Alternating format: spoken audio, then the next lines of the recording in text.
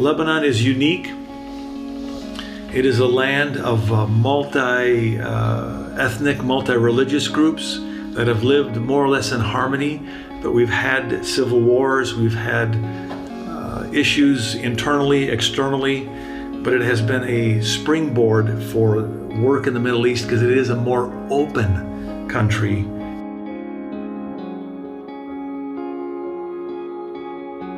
Middle Eastern culture in general is very hospitable, very receiving.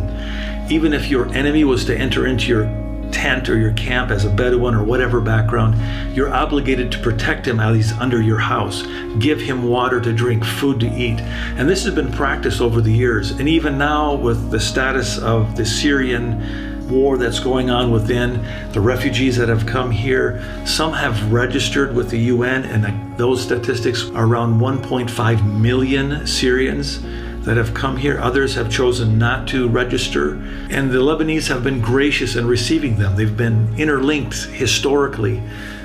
But now, 5 years later, there is a tension that is rising because Syrians have come. They need to work, and the wage of a Syrian is much lower than that of a Lebanese. 5 Syrians can work for the price of 1 Lebanese, what he would ask for labor. It's increased in terms of food, housing.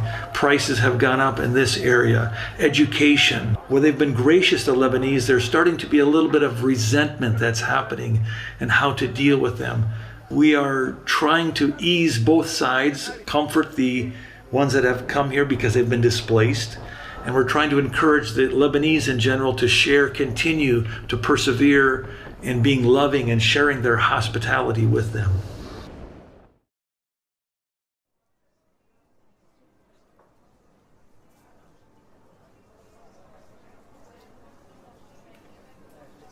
There are numerous faith-based organizations that have reached out to the displaced people of Syria, as well as Iraqis that have come here.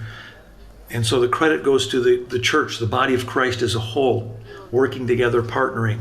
We have camps that people live in tents. Others are living in the city of Beirut and its suburbs. Churches are reaching out with food relief, medical relief. We have clinics, mobile clinics that have come, help touch and transform lives physically. We have schools that have been established. They're not always official as in a Lebanese or Syrian style, but ongoing education with children, teaching them the language, keeping up with subjects like math and different areas to progress them, give them something to do. And there are numerous camps I could bring you to here in the Bekaa Valley as well as in Beirut. And there are lives that have been transformed through the children to the adults. Some have suffered great difficulties, but they have found hope and comfort that they are an individual that can be treated with love and respect. And we can tell you stories of young women who have lost their husbands due to the war, that have found comfort, that have found help, that have found family members. Others have been, needs have been met with the schooling for the children, or finding men employment, jobs, simple as it may be. We have churches that have been started because of them, and they're packed out. We've had to have multiple services just to accommodate them in these areas.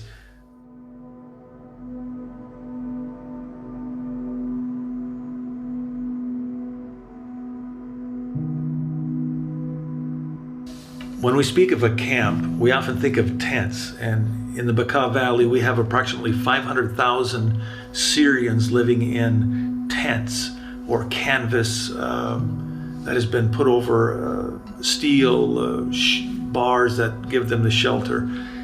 And in there, they have to rent the land from the landowner.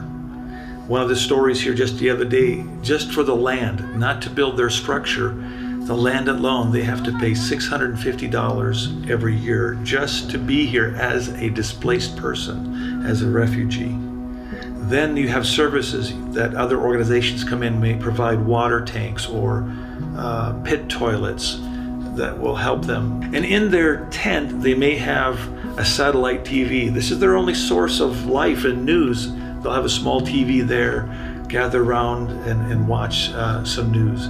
They have a small little stove that they will cook things on. Here in the Buckeye Valley in the wintertime, they have snow and rain that comes. It can be mud, be cold, and they have to buy diesel or fuel oil for these stoves to create heat for them.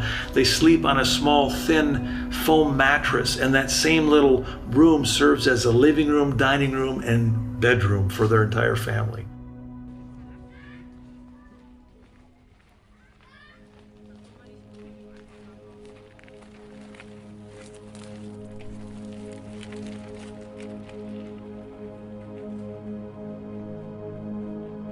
가장 가난하고 가장 힘이 없고 가장 약한 사람들입니다. 그리고 가장 못 배웠고 교육을 배우지 못한 사람들입니다. 이 사람들은 정말 양과 같이 좌우를 분별하지 못하고 어디를 갈지를 못하는 그런 가장 연약한 사람들입니다.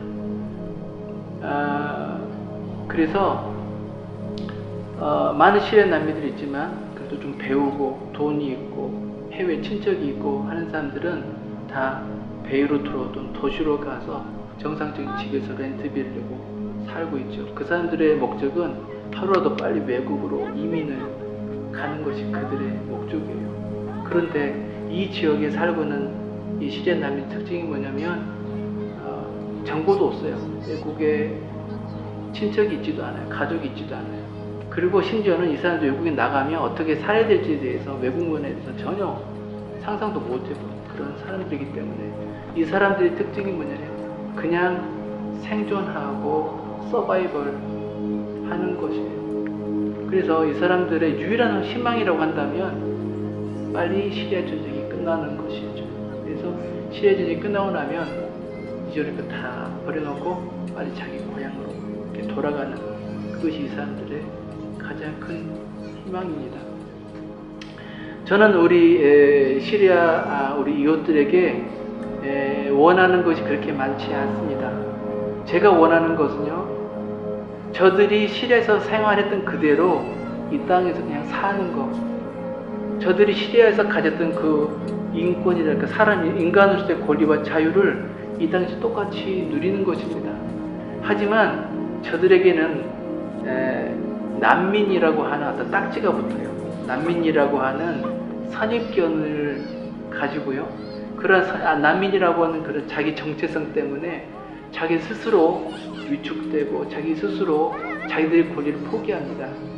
결과적으로 자기들의 미래를 포기하는 것이 저들의 현재의 상태입니다. 저의 목표가 있다면 저들에게 대단한 것을 주는 것이 아니라 저들이 자유인으로서 가져야 될 가장 기본적인 권리, 그것을 저들에게 주는 것이죠. 그리고 어떻게 하는 것이냐면 저들이 만약에 목수였으면 저는 그들이 어떤 목공소에서 목수로서 자기 일을 그냥 할 수 있도록 기회를 주는 것이 좋다고 생각해요. 그들이 저 시리아에서 학생이었으면 이 땅에서도 정상적인 학생으로 정당한 권리를 누리면서 생활했으면 좋겠어요. 제가 가지고 있는 어떤 하나의 목표로 간다면, 비전이라고 간다면 하나의 공동체를 만들고 싶어요. 생활 공동체 또는 직장 공동체.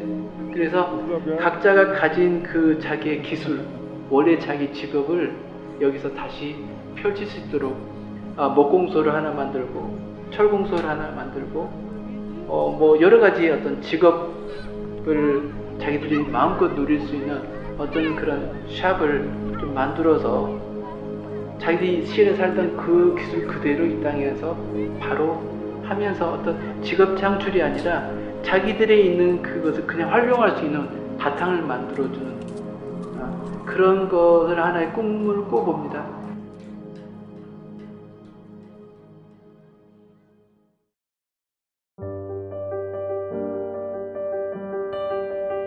Of course, we'd call the church, the Western church, to pray, and that would mean changing your heart or attitude towards those that come from the Middle East, whatever their title may be, if they're Iraqi, they're Syrian, Muslim, Christian, to have a heart for the people.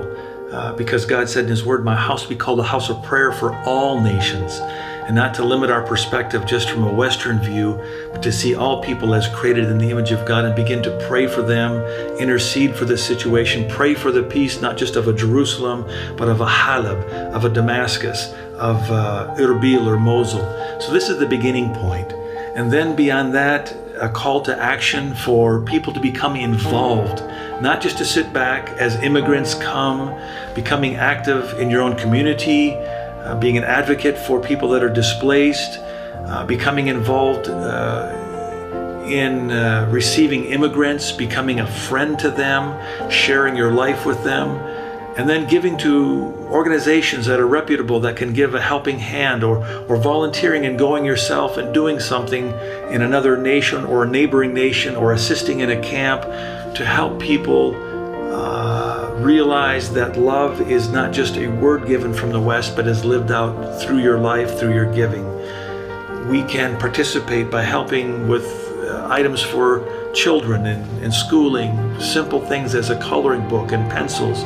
We can help with prenatal supplies for a woman who's pregnant. We can help with food for those that are hungry, for even a new cushion, a thin cushion to sleep on. Funds can be used in these areas, but also for people to come and to share their life and to esteem them as individuals, to regard them as somebody who is worthy of the love of God lived out through your hands.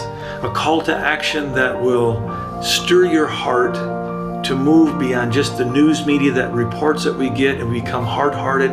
They're doing this, they're doing that. We become harsh and they're our enemy. No, they're not. I would say if we look especially at the Muslim world and the majority of the Syrian and Iraqi population, they're not the enemy. They're victims of the enemy, who is Satan. They've been blinded or deceived or been mistreated, and we're to come in with the love of God to take action to reach out to them. So giving in your prayer time, giving of yourself to become involved in a local community, giving financially to those that can go and carry and be your hand extended, this will be a blessing to the people of Syria, of the Kurds, of the Arabs that are here. We need your help to make this possible. One person can't do it. We'll touch those in our sphere of influence, but we need you to participate, to get involved.